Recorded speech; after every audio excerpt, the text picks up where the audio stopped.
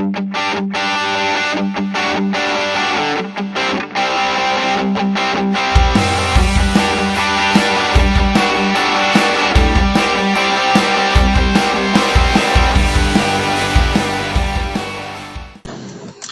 lesson is going to cover shoulder rotation and exactly what we look for in proper shoulder rotation.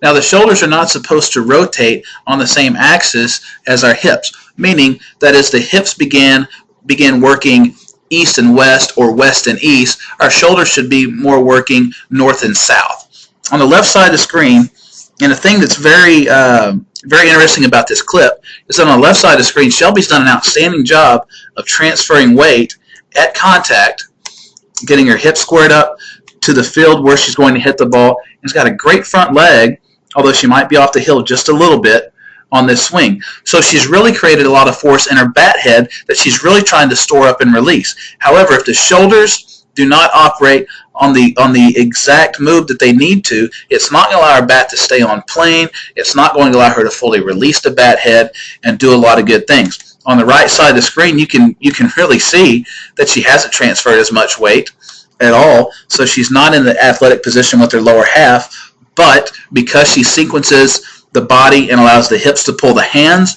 and doesn't allow the shoulders to over-rotate and pull the hands off the ball, which is a very common phrase, pulling off the ball, now she's got a chance to stay on the ball and stay back through contact a lot better throughout the swing, as opposed to the left side of the screen where you can really see her bat head drop through the ball and pull around to the left side towards the third base on deck circle. Now let's go back and start figuring out when this happens. If I start her at bat lag, I'm going to mark the shoulder with the red dot on both hitters and the knob of the bat with the red dot on both hitters.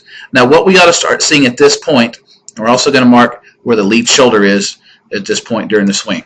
What we want to be able to see is the left shoulder. In this particular case, the right shoulder should begin working underneath the left shoulder to where that we're trying to tilt in this manner right here. When this happens, we want to be able to see the left shoulder stop. Instead, instead on the left side of the screen, you'll begin seeing Shelby. Her right shoulder will move underneath her left shoulder. However, we'll see an appearance to where the left shoulder is now going to begin working back.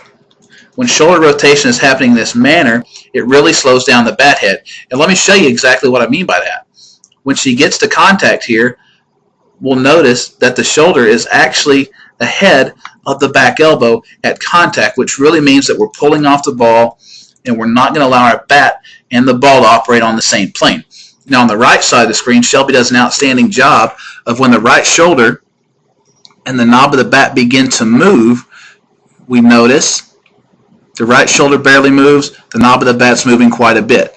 At contact, we see that both shoulders are now working on top of each other, and they stay on top of each other. We don't see the left shoulder pulling through to this position at contact. Right before contact, you'll see on the right side of the screen, we don't see the left shoulder anymore. The right shoulder stops, and now we're beginning to open up space between our back elbow and our side.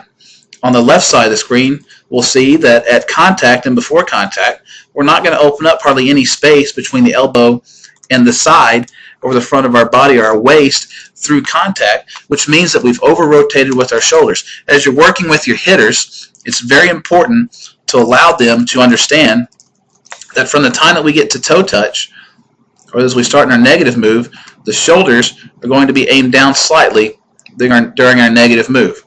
As we work into toe touch, we'll see the shoulders are going to begin to level out just a little bit, still aimed down just a touch. As we get to heel plant, we'll really start to level out a little bit. Connection is where we see a real big tilt with Shelby here. She does an excellent job, and even on the left side of the screen, she begins to get on plane a little bit lower. At bat lag, we'll still see that same amount of tilt, and definitely at contact, we want to see the hitter with shoulder on top of shoulder, tilted here, instead of the shoulders working on the same axis as the hips, really allowing us to pull off the ball. And what really happens if we're looking at the path of the pitch, on the left side of the screen, Shelby's not going to stay on line with the ball.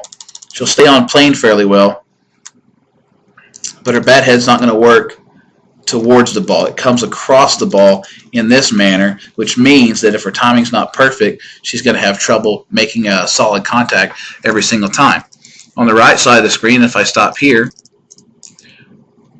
she's online, she's on plane with the ball very well, and she's also very much on path with the ball, meaning that her bat head, since her hips and her shoulders are pointed towards center field, it allows her bat head to work back towards the pitcher on the same line as the incoming pitch a little bit longer.